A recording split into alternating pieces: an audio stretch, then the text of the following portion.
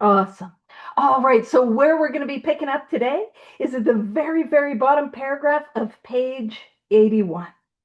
And last week we spoke about the first line of the very, very bottom paragraph. Our design for living is not a one-way street. So again, design for living, this is a way of life. And that one-way street is to say, or not a one-way street is to say that in those early days, this 12-step way of life was also offered to the non-alcoholics. They were not offered to family members and loved ones, and we can extrapolate that. This is an all-inclusive study, so whatever brings you here, you're more than welcome. But we can extrapolate that to the idea that whatever problem I am facing, I can take to this 12-step way of life. Whatever problem I am facing, I can take to the power which is God, higher power, creator, spirit of the universe. There is not a problem that I cannot take to and through the 12 steps. So it goes on to say it is as good for the wife as for the husband.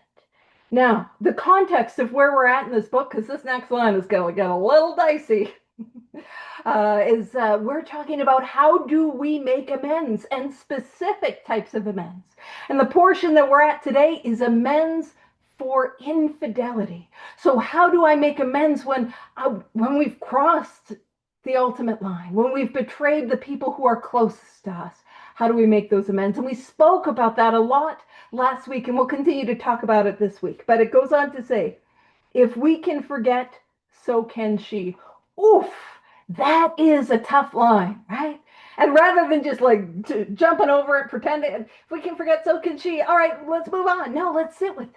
And I think there's value in sitting with the discomfort. And I find that's a value for me as somebody who is, in recovery, to sit with things that are uncomfortable, or sit with things that don't quite make sense, or sit with things that I don't like to look at. Now, here's my experience. I've worked with many, many, many sponsees, but I remember working with one in particular, and she had cheated on her husband. Now, her husband knew and wanted to forgive and wanted to move on. And she was so racked with guilt that she was physically ill.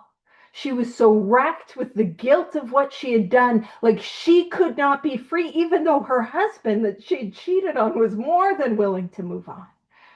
And so what are we looking at here? Is this idea we can be like, hey, I did something really crummy and you better forgive me. Okay, cool. We can take it through that lens. That's not really helpful. But another lens through which we can look at this difficult line and have an experience with this difficult line is that idea that these 12 steps can allow me to heal from whatever pain that I'm in. And I'm not the cheater.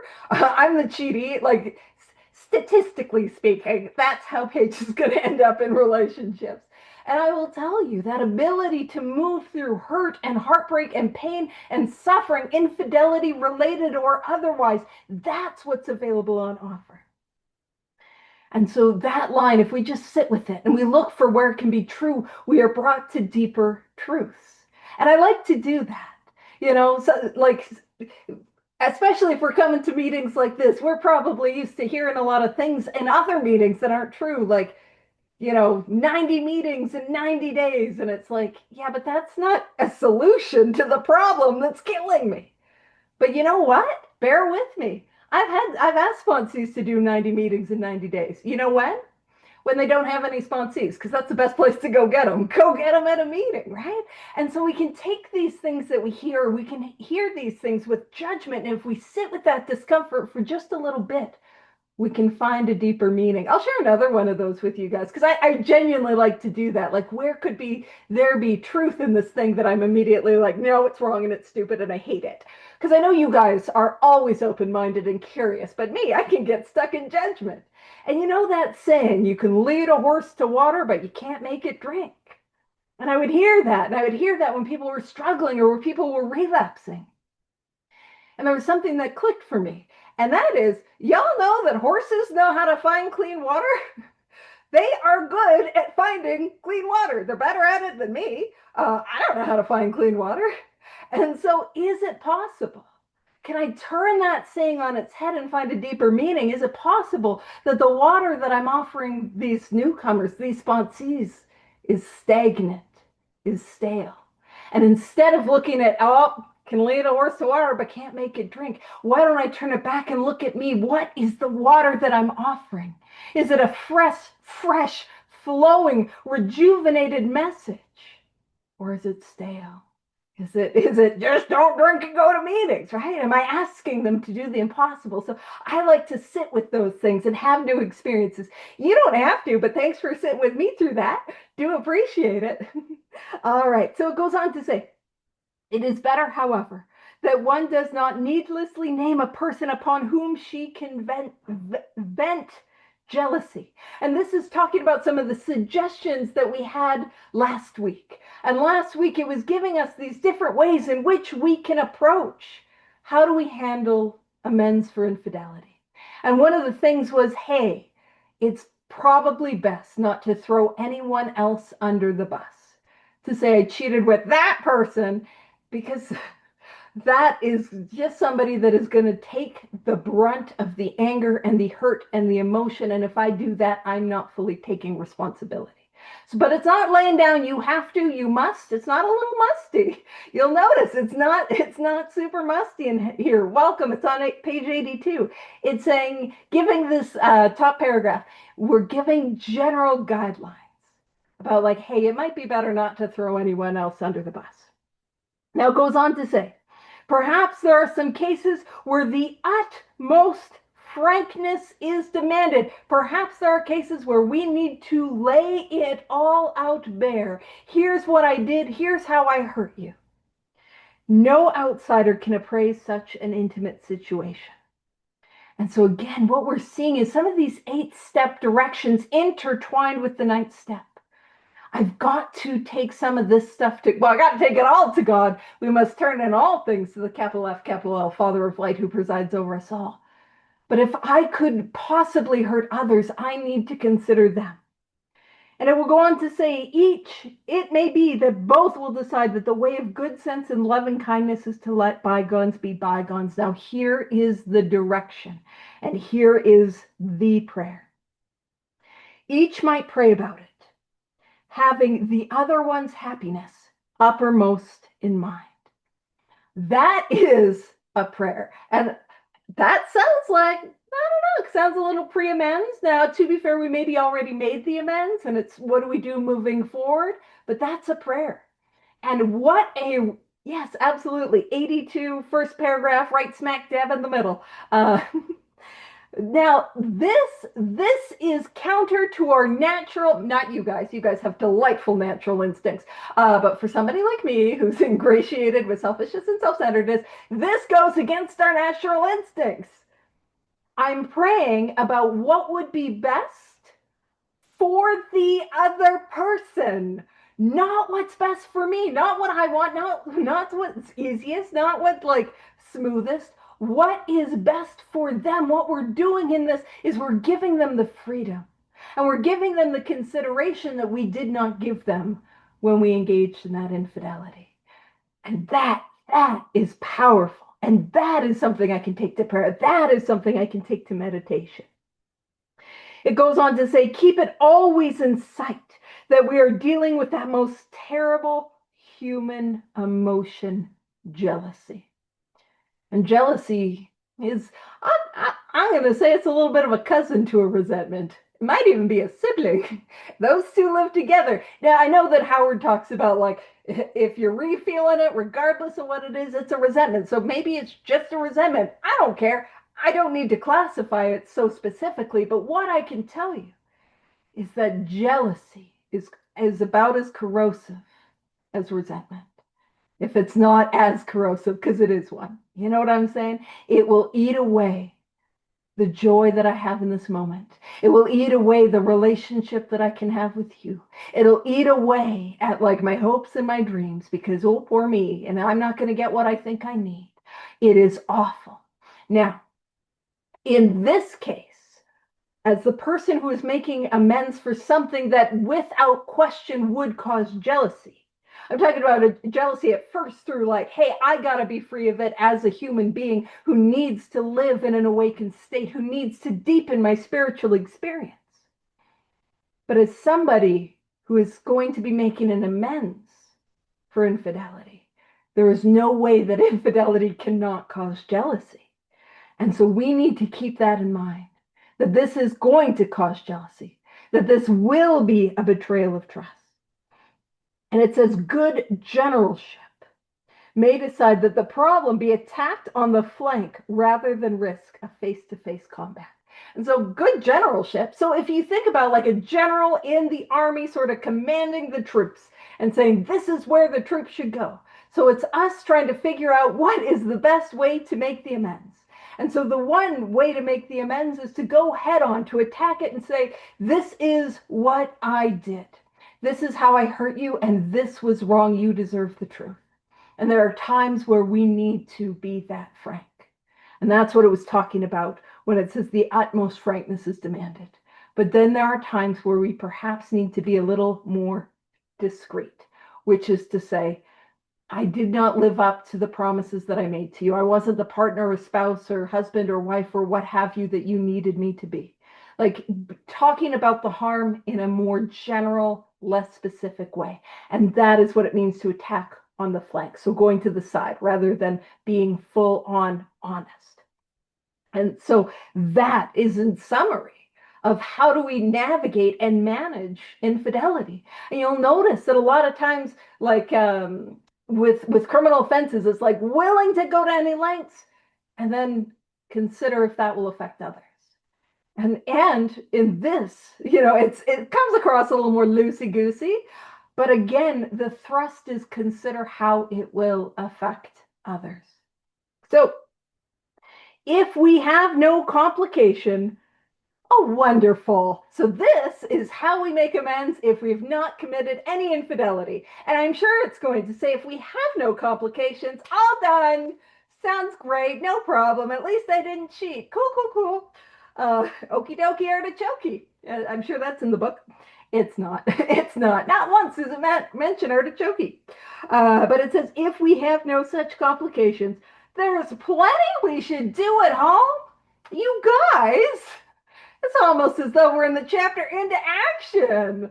Oh, plenty. It sounds like that honeydew list is going to be pretty long. I got a whole lot I got to do. So, and it says, sometimes we hear, and isn't that interesting? Sometimes we hear this too. And there's no judgment if we're the ones that have said it. Because I think when we're new, we say these things because they feel true only to develop a deeper understanding, which allows us to have empathy when we hear people say. Sometimes we hear an alcoholic say, the only thing he needs to do is to keep sober. That's it. The only amends I need to make is to stay sober. The only amends I need to make is to myself. I was the only one I hurt. I just gotta stay sober. Absolutely not. Absolutely not on so many fronts. But one of the main fronts is that understanding of step one. And that's kind of what we're pointing to at this part where it's like, yeah, you're going to have to stay sober, but that's not an amends, buddy. But here's the thing. Sobriety is not a solution for my alcoholism. Sobriety is not a solution for my addiction. Sobriety is not a solution, or abstinence is not a solution for whatever brings you to this all-inclusive study. How do we know that this is true? Every time I took that first drink, drug, hit, hoot, relationship, codependency, whatever I engaged in, I was sober when I took that first one. Sobriety is not a solution. And step one screams at me that I will relapse. Step one is that idea that I have to stay sober. I need to stay sober. I want to stay sober, but I will pick it up again. You see, the allergy of the body tells me that I can't ever safely do it again. Once I start, I cannot stop. But the obsession of the mind means that I will. And that puts me in this hopeless condition. And we are presented with a solution. That solution we get a glimpse of, and there's a solution, but really in step two, that there could be a spiritual awakening. That is our solution. And nothing less than a spiritual awakening, and I will relapse. So sobriety could not possibly be enough, because I am going to use again. I am going to drink again. I am going to engage in that addictive behavior again.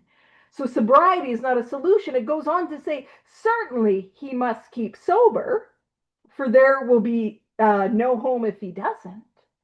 Now, I have this metaphor. It's because I'm sure y'all are surprised. Paige, with a metaphor? What? But let's say the harm that I had in the relationship was I continued to break your windows. I kept throwing rocks at the windows, and I kept breaking your windows. And I break them, and every day I'd come by and break the window and break the window. And you know what? I might have even said sorry a time or two for breaking that window. Yeah, oops, sorry. Whoop, broke the window. Now, if all I do is stop breaking your windows, I haven't really made an amends. Now, have I? And if you're, I mean, you'll be relieved that I stopped breaking your windows, but you might be like, girl, you were supposed to not be doing that in the first place. It's rude and uncalled for. I have not done anything to repair the windows, to pay you back for the restoration process, right? I have done none of that. And so me being like, hey, I stopped breaking those windows, I would like a Nobel Prize, because I will say that it does what it feels like, you know. Uh, and so it goes on to say, certainly he must keep sober, for there will be no home if he doesn't. The timing of that was perfect. Here's where we are as the question of where are we came into the chat. I just love it. I just love it. So glad you're here. Certainly he must keep sober, for there will be no home if he doesn't. But he is yet a long way from making good. Making good, which is to repair, to restore, to set right, right? To amend. That's what we're making good. He is a long way from making amends, making good, amends to the wife or parents whom for years he is so shockingly treated. I have not made amends simply by stopping the behavior. Passing all understanding is the patience mothers and wives have had with us alcoholics. Had this not been so, many of us would have no homes today, would perhaps be dead. Man, I talk about it like I wasn't a thief in the traditional sense. I have, and which is weird. I'll let you know if you weren't here for, what do we do with criminal offenses? It is weird that I was not a shoplifter. That's one of the most common things that I got to help sponsees navigate amends for is shoplifting. You know, some of you guys maybe didn't have the sticky fingers either, but I'll tell you what I stole. I stole peace of mind. I stole night's sleep. I stole their peace. I stole their hopes. I stole their dreams. I stole their comfort. And now I've stopped stealing. That's not making it right. That's not repairing. And again, that idea that, man, we put those that love us through more pain and suffering than anyone else. It goes on to say, the alcoholic is like a tornado roaring his way through the lives of others. Oh, I always forget to bring this. I make little like sticker designs and designs. I have one that says recovered tornado. I have a couple that say recovered. I know. I also have one that says ain't it grand the wind stop blowing. That I always think of Terry when he with that one because he talks about it. So the alcoholic is like a tornado. Now, there's this method of an 8-step list that I've heard referred to as the tornado method. So if you think about a tornado, now, if you are somebody that is really weather informed, you are like an amateur meteorologist. I hope you don't have any professional meteorologists because y'all are going to tell me I'm wrong. I don't stand much, but I do stand to be corrected. I'll take it though. If I'm wrong, I'm wrong. But from my understanding, so a tornado, we got the eye of the storm. Right? And the eye of the storm is that there's a stillness. And where is the most damage and destruction? Where do the winds blow strongest is right close to the eye of the storm. And so when I'm thinking about who have I caused the most harm to, who have I caused the most damage to, who is closest to me? And then I go outward, and then I go outward. So we start with the people that we live with, our family, our loved ones, our partners, our spouses. And then we go out, maybe the people that we've worked with, the people, and then we go out, and then we go out, and then we go out. And then we can see the effects of our damage. And so that's one way of it. It's like, who should be on my 8-step list? Well, I mean, our 4-step will illuminate it, but we can also use the tornado method to have a look and see, who have I caused harm to? So the alcoholic is like a tornado roaring his way through the lives of others. Hearts are broken. Sweet relationships are dead. Affections have been uprooted. Selfish and inconsiderate habits have left the home in turmoil. I'm going to come back and talk about those a lot more in just a second. And so it goes on to say, we feel a man is unthinking when he says sobriety is enough. That is an important line. We are reiterating, restating, which is to emphasize what we were talking about before, which is sobriety is not a solution. Sobriety is not making amends to my family. It's where I've got to start. But a man is unthinking. I believe now. If we have people here who live in the South, you can let me know if this is an equivalency. But it's a little like, we feel a man is unthinking is a little like, oh, bless your heart, you sweet summer child. That feels, we think a man is unthinking. Or in the 12-step rooms, you know, now I will say, like, bless your heart. It's unfortunate that it has that connotation, because I would like your heart to be blessed. I love you. I want your heart to be, a sweet summer child. That just sounds lovely. I know what it means. But on the face of it, didn't it sound delightful? But it's a little like, and some of you guys might relate to this, it's a little like when you have an idea and you're new and you share it with your sponsor. It's like, I've got this idea.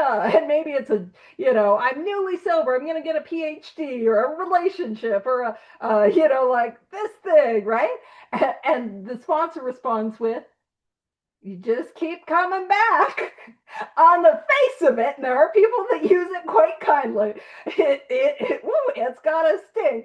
It's like, I've only been told to keep coming back when I'm sure I've said the stupidest thing that person has ever heard. Oh, you keep coming back, Paige, you sweet summer child. I will. Bless my heart. Alrighty. So a man is unthinking when he says that sobriety is not enough, or that sobriety is enough. So again, I need to make my amends. That's what it's saying. It goes on to provide a metaphor that I'm going to expand upon. So it says, he is like the farmer who came up out of the cyclone cellar to find his home ruined. To his wife he remarked, don't see anything the matter here, Ma. Ain't it grand the wind stopped blowing? Ain't it grand the wind stopped blowing?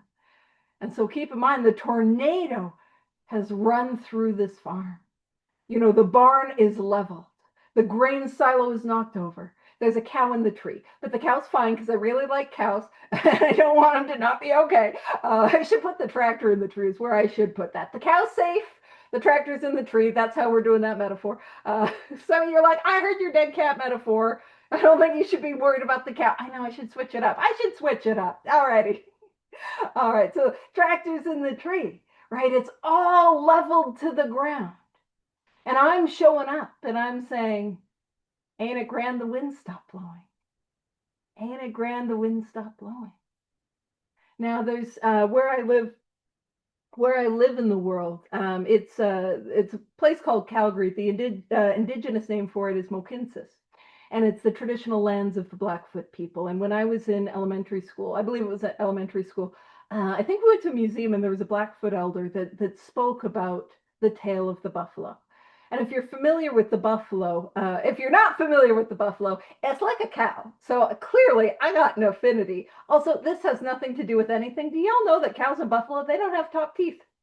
That's just a little fun fact that will not keep anyone sober. It will help no one at anything. And my brain could not tell you that. I have no attention span today. It's really bad. All right, so the buffalo. If you've ever seen a picture of a buffalo, you'll notice that their head and their shoulders are covered with this thick, woolly fur, which thins out, and they've got like their little rump is a little bare, And so the legend of the buffalo is, so where I live, it's the foothills of the Rocky Mountains. And so we're getting into the prairies.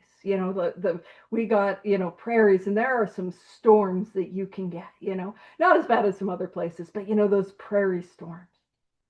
And so when a storm would come through the prairie, what would happen is, there would be animals like antelope. I learned that we have antelope in Alberta.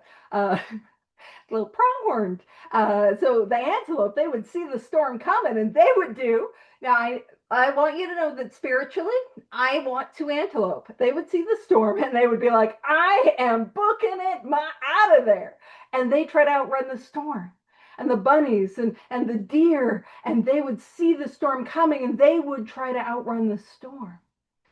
But here's the thing, is you try to outrun the storm, it prolongs the storm. And you're stuck in it for longer. Now, what is that like? That's like me sitting on my 9th step amends. I'm afraid of the storm coming in, and I want to gazelle the other way. I don't want to make my amends. I know nobody here can relate to sitting on amends and trying to avoid those. And ostriches don't literally stick their heads in the sand, but I'm going to run with that trope, and I want to ostrich that bad boy. I want to nope, I don't want to do it, right? But that prolongs the storm.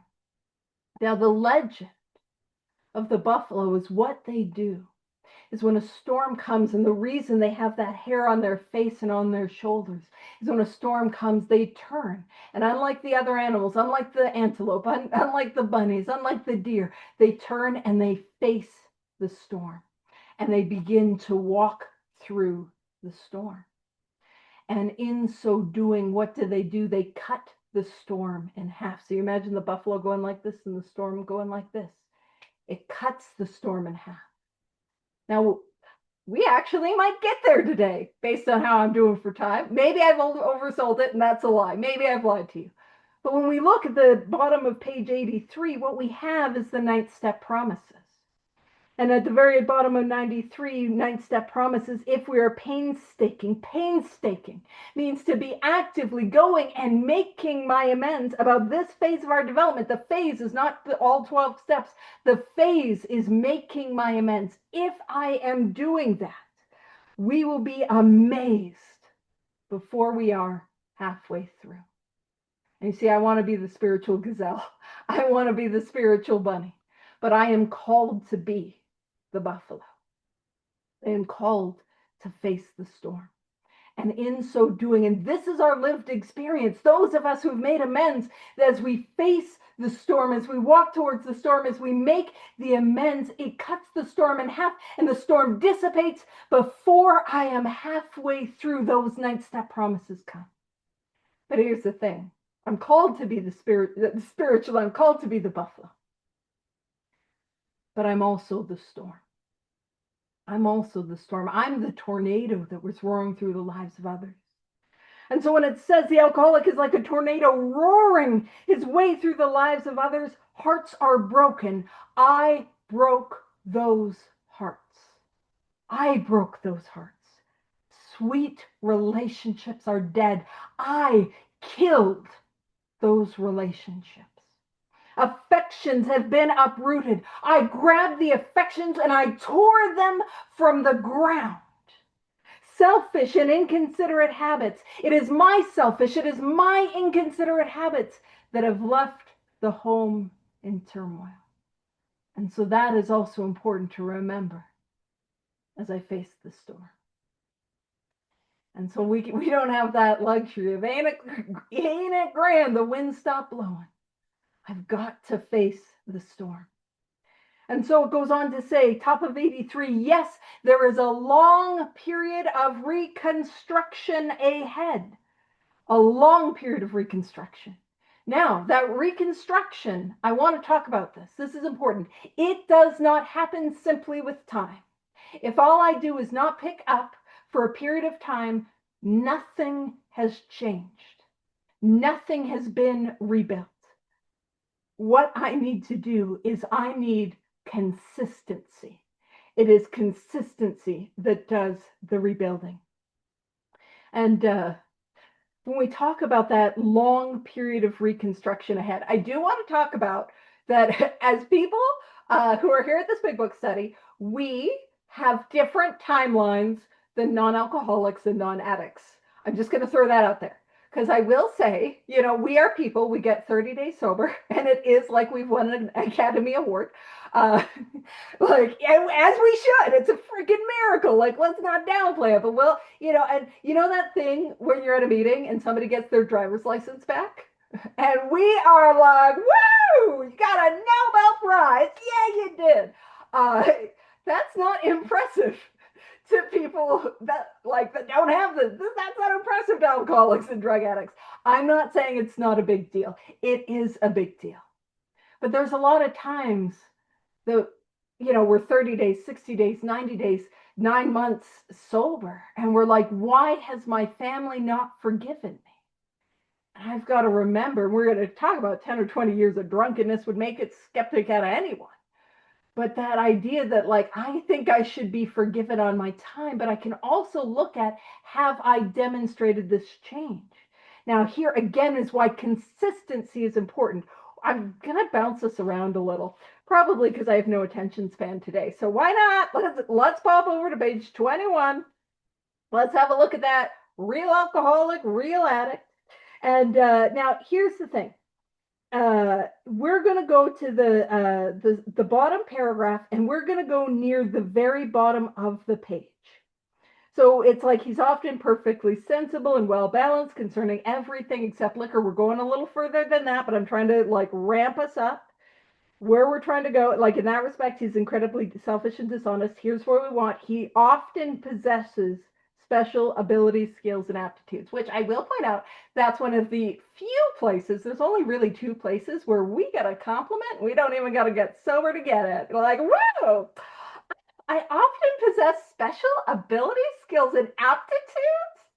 How did you know? Oh, thank you. I'll be honest with you, that part I never related to. But it's like, does this identify you roughly? Not that part. Special abilities, skills, aptitudes. I'm not apt for much. Alrighty. But it says he often possesses special abilities, skills, and aptitudes. He has a promising career ahead of him. He uses his gifts to build up a bright outlook for his family and himself, then pulls the structure down on his head by a senseless series of sprees. So when we talk about that period of reconstruction, I can't just be sober and expect that that is going to repair it. Because if I have this thing, I have spent years building it up, tearing it down, building it up, tearing it down. And what I need to do is build it up in a way that is solid. And that solid foundation is all 12 steps. And we're going to read about that. I've got to demonstrate all 12 steps as a way of life. Demonstrate. So going back to page 83, there is a long period of reconstruction ahead. I can't use bubble gum like I was using when I was trying to rebuild it before. I've got to have solid structure, and that solid structure is all 12 steps. And it says, we must take the lead. I've got to make the amends. I've got to be doing the rebuilding. It takes consistency. A remorseful mumbling that we are sorry won't fit the bill at all. So I wanted to do a remorseful mumbling that we're sorry, and I was channeling my inner Eeyore, which works really well for this metaphor. Because if y'all remember Eeyore from Winnie the Pooh, so everyone else had this lovely little house in a tree or in a hole, and Eeyore had sticks that he would put together, and they would constantly fall down. Also, his tail would fall out, and he'd have to have it hammered back in. I'm just going to offer him a little grace. I could understand why he might be depressed with such housing insecurity, and that sounds like chronic pain. So no judgment there, Eeyore. But what I'm saying is that is not a solid house. It kept falling. So when we talk about making amends with our family, it is not a sorry. They've heard a sorry 1,000,000 times. I broke the window. Hey, my bad. I'm sorry. A remorseful mumbling that we are sorry won't fit the bill at all. So what we need to do is make a formal amends and continue to demonstrate that change. So it says, we ought to sit down with the family and frankly analyze the past as we now see it, being very careful not to criticize them. And so this is that, I call it that part two. The first part is, securing their consent, booking an appointment. That's part one of the amends process. Part two is explaining what I did, being specific when applicable and focusing on my defects of character. That's part two. So that's what it's telling me to do, to sit down with the family and frankly analyze the past, my defects of character, focusing on me. And I love this because this is another example of the book meeting us where we're at. Because you can imagine that this book went to the world. It published in 1939, traveled the world, and I might be an alcoholic in the middle of nowhere or Calgary, and I might get a copy of this book, and I might not know a single other sober soul. Now, if you've worked with others, you know what's happening. You can almost hear the sponsee's voice. And this is what I love. It is an example of the book, another example of the book meeting us where we're at and then taking us where we need to go. And I always want to emphasize, if the book will meet me where I'm at, God will too. Higher power will too. Creator will too. The universe will too. So it says, their defects may be glaring. You can also imagine the sponsee, but their defects are glaring. Why do I need to make amends? Why don't they make amends first? Their defects are glaring. Their defects may be glaring. But, and this is taking us where we need to go, but the chances are that our own actions are partially responsible. Hey, their defects might not have that glare, girl, if you weren't being such a ridiculous alcoholic drug addict and causing them pain and suffering with your selfishness, self-centeredness. That's what it's saying.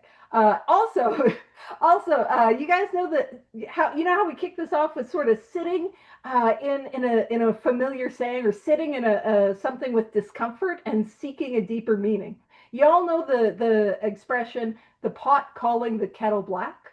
The pot's calling the kettle black.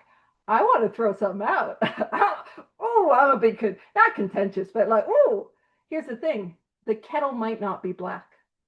The kettle could be shiny and just reflecting the pot's black coat. Just gonna throw that out there, because often we think, spot it, you got it, but man, they might not even got it, and I think I see it. Just gonna, sorry, I've ruined some of your days. I apologize ahead of time. Not ahead of time. I apologize afterwards. So, chances are our own actions are partially responsible. So we clean house with the family. I need to make it right with the family. And then it says asking. Anytime in this book it says to ask, or we ask, that is a prayer. There's another prayer, 2 prayers in 2 pages. Sneaky prayers. I love it. Asking each morning in meditation. You know what that implies? That is implicit that we have a morning meditation practice. Guess what that is? Not optional. It's not even saying, hey, we suggest you have a morning meditation practice, so that in your morning meditation practice, no, the fact, it's a foregone conclusion that you will have a morning meditation practice. I know, it's just ruining days over here. All right, asking each morning in meditation that our Creator show us the way of patience, tolerance, kindliness, and love. And that's what we're asking for. And I love that it is not our Creator show us patience, tolerance, kindliness, and love, but the way. Now, some of y'all are familiar with what is known as the St. Francis prayer. Oh, I'm going to do it again. Very likely not actually written by St. Francis. I'm so sorry. Just ruining days over here. I'm the worst. I won't mention anything about the Tooth Fairy. Just the worst. But that prayer, which is a beautiful prayer, it doesn't matter where it comes from. It's about the effect that it has. That is a beautiful prayer where it talks about, Lord, make me a channel of thy peace, that where there is hatred, I may bring love. So what am I called to do, being a channel of that love? right? And that's really what I find these 12 steps are about. Clearing away the stuff inside of me that is blocking me from this power, clearing away the resentment, clearing away the selfishness, clearing away the guilt, the shame, the fear, the jealousy, the insecurity, clearing that away so that God's patience can flow through me, God's tolerance can flow through me, God's love can flow through me. That's what we're talking about. That it is a way, that it is a path. And we're going to see that this is not a one and done idea. This is something we're going to see, this way of patience, tolerance, kindliness, and love, that we're going to see it in these later chapters. So this is one of those threads that's going to get tied. And the other thing too is I've shared this quite a bit. So if you're sick of hearing about it, that's okay. I remember I was working with a sponsee who it was miraculous. You know, she could not make it a week without smoking crack. Just literally could not make it a week without smoking crack. We get into the work, and man, she's doing the deal. She's like staying sober year, and she hits her year, kind of eases off the program. I'm sure nobody's heard a story like this before. Starts easing off the program by about 18 months. Oh, she just like crunchy. And she was my most eye-rolly sponsee. She would like, Paige, at like everything I said. Now, the result of that was she started to find herself really argumentative with everything that I would say and everything that I would suggest, which I point that out because when I am in that place of like wanting to fight, not that I'm there, I get there, right? That's a sign that I'm in misalignment. And so she was fighting me on everything. And I was talking, and she was in that like, Paige, why is it always God? Why is it always God's love? And I'm like, oh, we are not having a good day. She didn't appreciate that either. Sometimes I don't read the room. But why is it always God? Cranky. And so I was like, okay, let's see why it's God's love, why it's God's patience, tolerance, kindliness, and love, why it's not yours. Well, it's pretty easy to love and for her, it was her niece and nephew, pretty easy for you to love them. And she's like, yeah. And you're able to love, and I mentioned some people I knew in the meetings that she got along with, and you can love them, right? And she's like, yeah. And then I mentioned somebody at the meeting that she was equally annoyed by as me. And she's like, ooh, because here's my thing, on my power, my love is conditional. My love has limits. My love is tied to you doing what I think you should be doing and acting how I think you should be acting. Maybe y'all aren't like that, but I can fall into that. My love is finite. My patience is finite. My tolerance is finite. My kindliness is finite. But it's God's love. It's God's patience. It's God's tolerance. It's God's kindliness. That is infinite.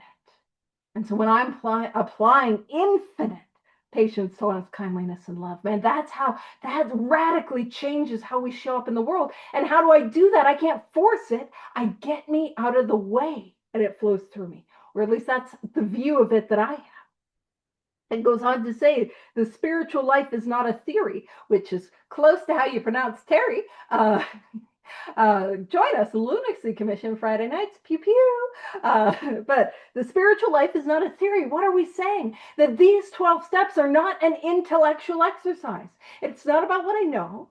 It's not about whether before the meeting starts you can go on a William James tangent. That has no power to keep anyone sober. Does not matter if you know Ebby Thatcher's middle name, Throckmorton. Does not matter. Yeah. Does not matter if you can recite parts of the book from memory. That by itself cannot keep us sober. It is not a theory. It says we have to live it. These 12 steps are experiential. Now, I can quote parts of the book from memory, but I'll tell you, I didn't sit around and memorize them. They stuck in my brain because I was taking sponsees through them again and again and again, Like that's how I'm able to remember it. It is experiential. These 12 steps are not based on what I know or what I think. It is the result of what I experience based on what I do. That's what this thing is. That's what that means. I got to continue to make amends.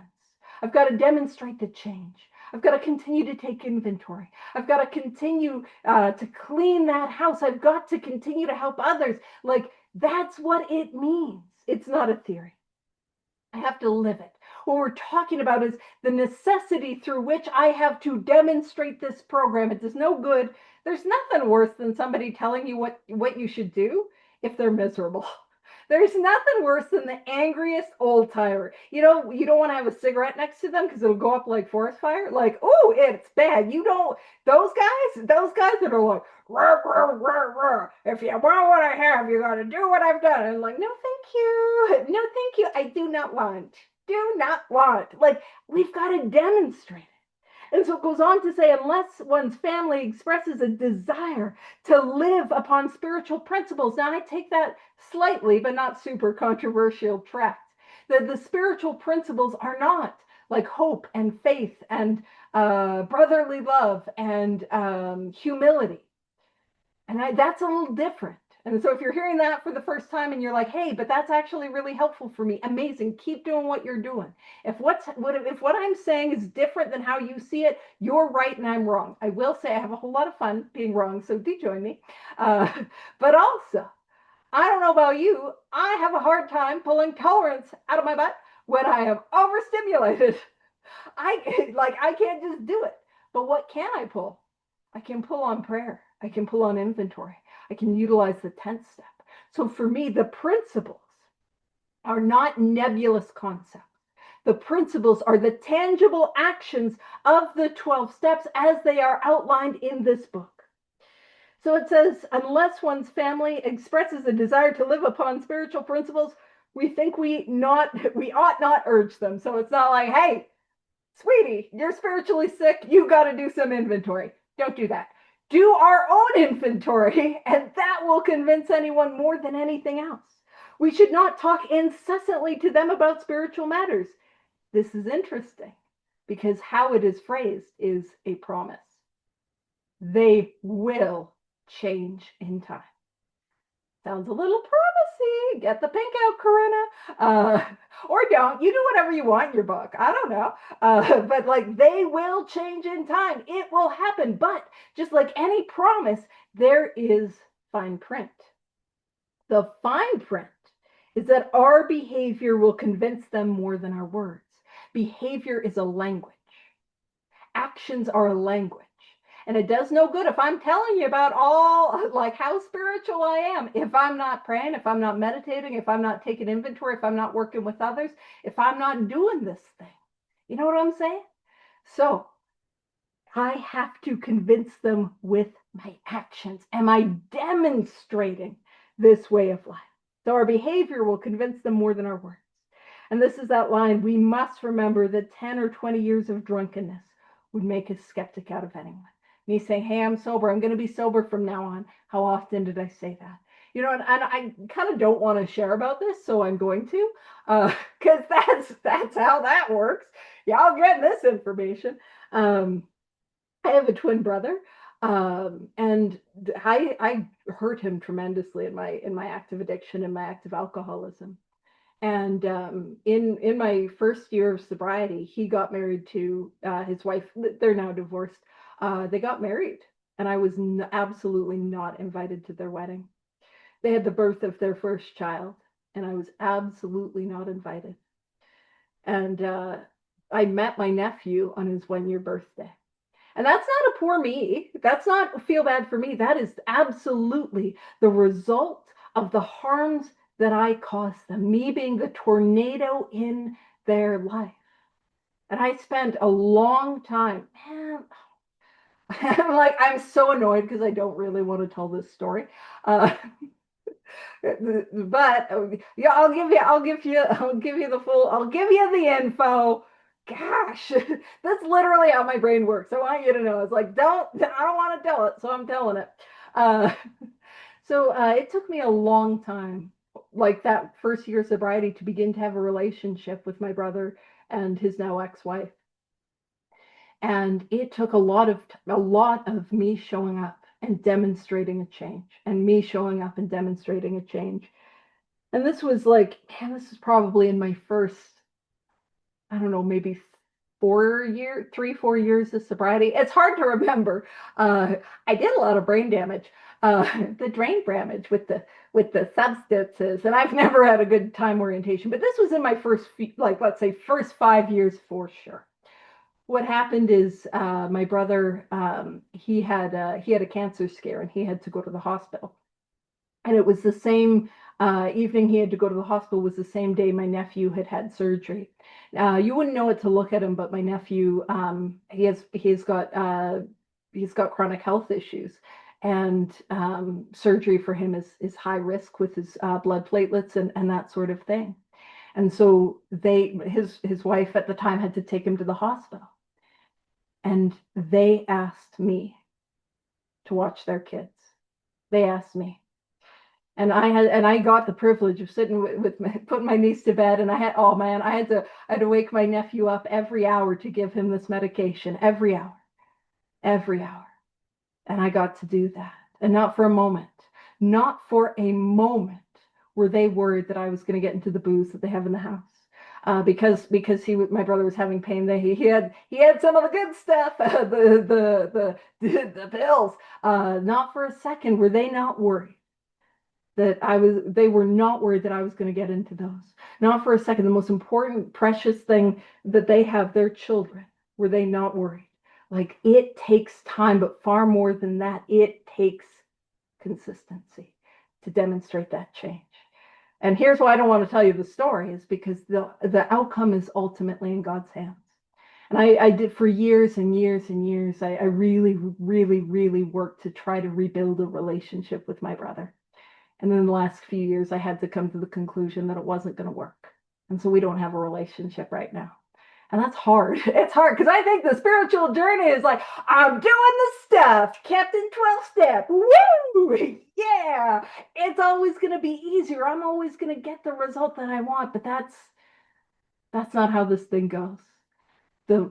I am in charge of my actions, and God is in charge of the results. So, how my amends are received, even if they are demonstrated over a decade of time, and it still doesn't go how I think it should, that is okay. So, 10 or 20 years of drunkenness would make a skeptic out of anyone. So it says so this is the last specific description of how to make amends. And it's this idea of, how do I make amends when I don't know how to make amends? When I can't fully make amends. So things like, I can't find the person that I owe amends to, or the person has passed away.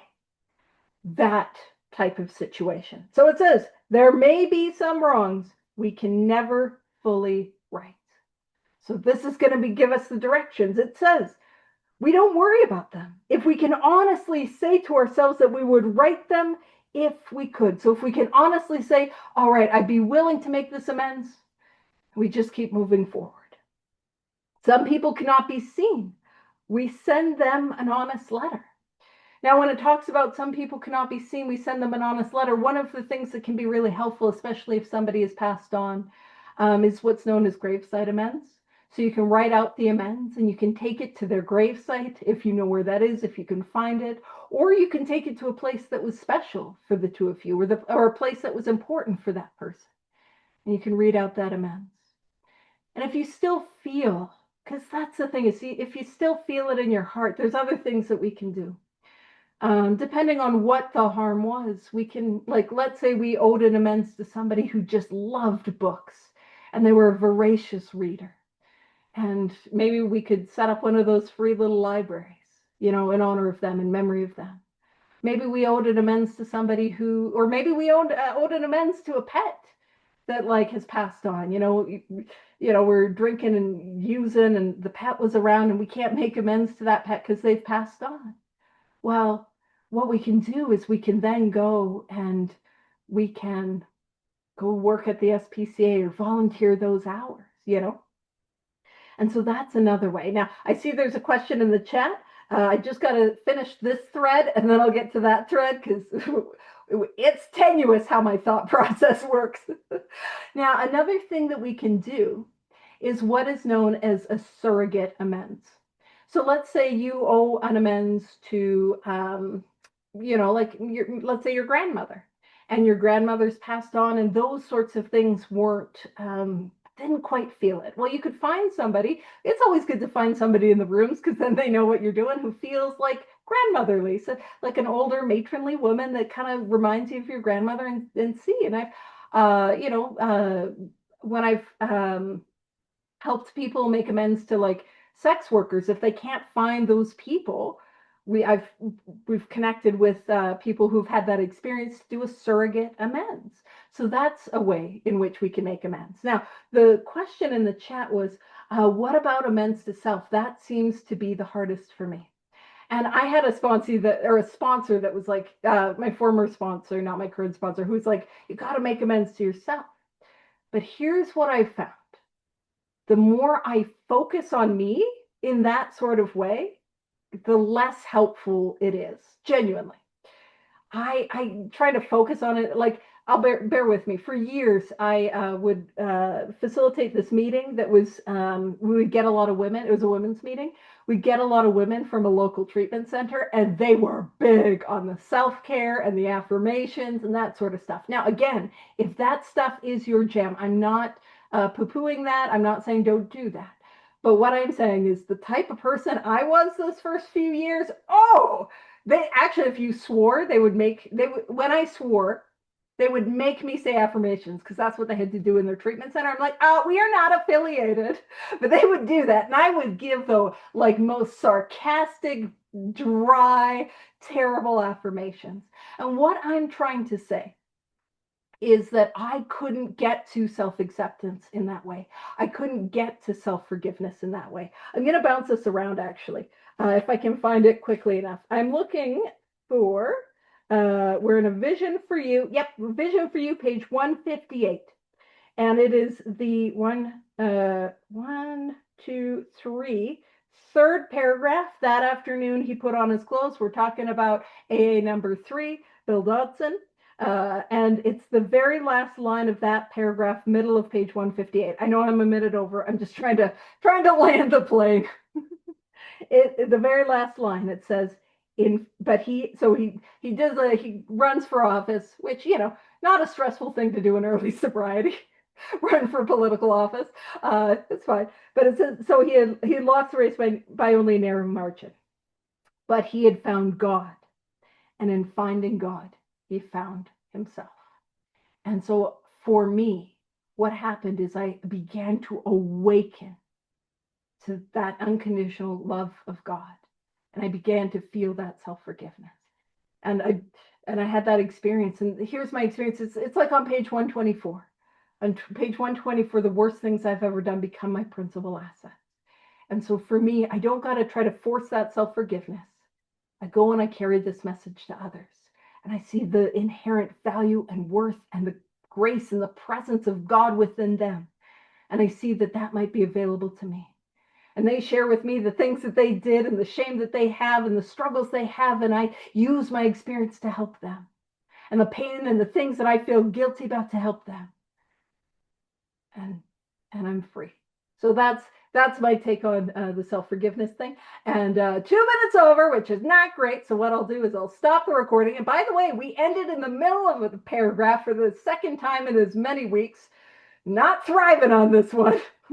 I'll stop the recording and we can wrap it up with the serenity prayer.